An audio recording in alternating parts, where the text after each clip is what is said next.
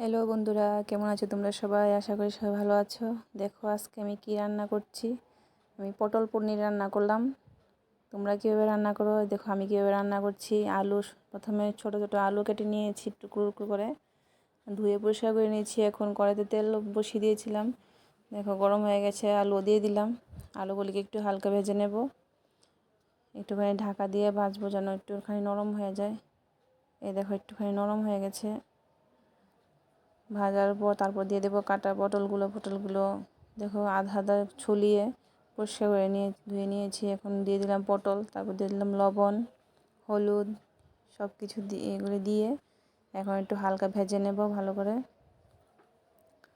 ভাজা হয়ে গেলে দেখো আমার ঘরে পনির তুলেছিলাম, পনিরগুলো কেটে নিয়েছি পিস পিস করে। আমার দেখুন বাড়িতে পনির তুলে রান্না করলে অনেক স্বাদ টেস্টি হয়। এই দেখুন আমার পটল আলু ভাজা হয়ে গেছে, তুলে নেব। তারপর আবার কড়াইতে তেল বসিয়ে দিলাম। এখন পনিরগুলি হালকা একটু ভেজে নেব। দিয়ে দিলাম লবণ, দিয়ে দেবো হলুদ। এখন একটু পনিরগুলো ভেজে নেব। এই দেখুন আমার পনির ভাজা হয়ে গেছে।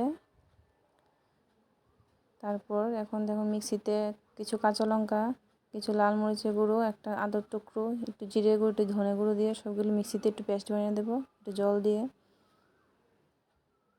তারপর কড়াইতে আবার তেল বসিয়ে দিলাম এবং সম্বার দেব।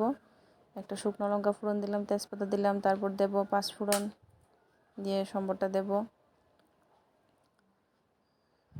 একটু লাল লাল হয়ে আসলে তারপর মশলা বাটাগুলি দিয়ে দেব।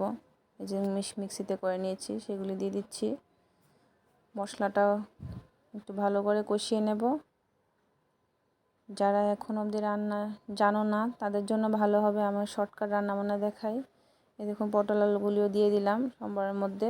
এগুলিও একটু মশলাটার সাথে একটু কষিয়ে নেব ভালো করে। আমার ভিডিওগুলি যদি ভালো লাগে থাকে আপনারা লাইক কমেন্ট শেয়ার অবশ্যই এবং সাবস্ক্রাইব করে রাখবেন। এখন ঝোল দিয়ে দিলাম, দিয়ে দেবো একটুখানি লবণ আর দিয়ে দেবো একটুখানি চিনি। একটুখানি চিনি দিলে কি হয় অনেক টেস্ট, ঝোল টমেটো ফ্লেভারটা ভালো আসে। এই যে আলুগুলি ভেঙে দেওয়ার চেষ্টা করছিলাম, একটু আলুগুলি ভেঙে দিচ্ছি, তাহলে সবজিটা একটু থকথকে হবে। আলুগুলি ভেঙে দিলে একবার সব শেষে দিয়ে দিলাম ঘি। এখন আমার সবজি রেডি। এই দেখুন আর সবজিটা কত সুন্দর হয়েছে, খেতেও অনেক মজা হয়েছিল। দেখুন আমার পটল পনির রেসিপি যদি ভালো লেগে থাকে অবশ্যই আমার চ্যানেলটিকে সাবস্ক্রাইব করে রাখবেন, তাহলে আর সবার প্রথমে আপনি আমার ভিডিওগুলি দেখতে পারবেন। সবাইকে অসংখ্য ধন্যবাদ ধৈর্য ধরে আমার ভিডিওগুলি দেখার জন্য। Tata bye.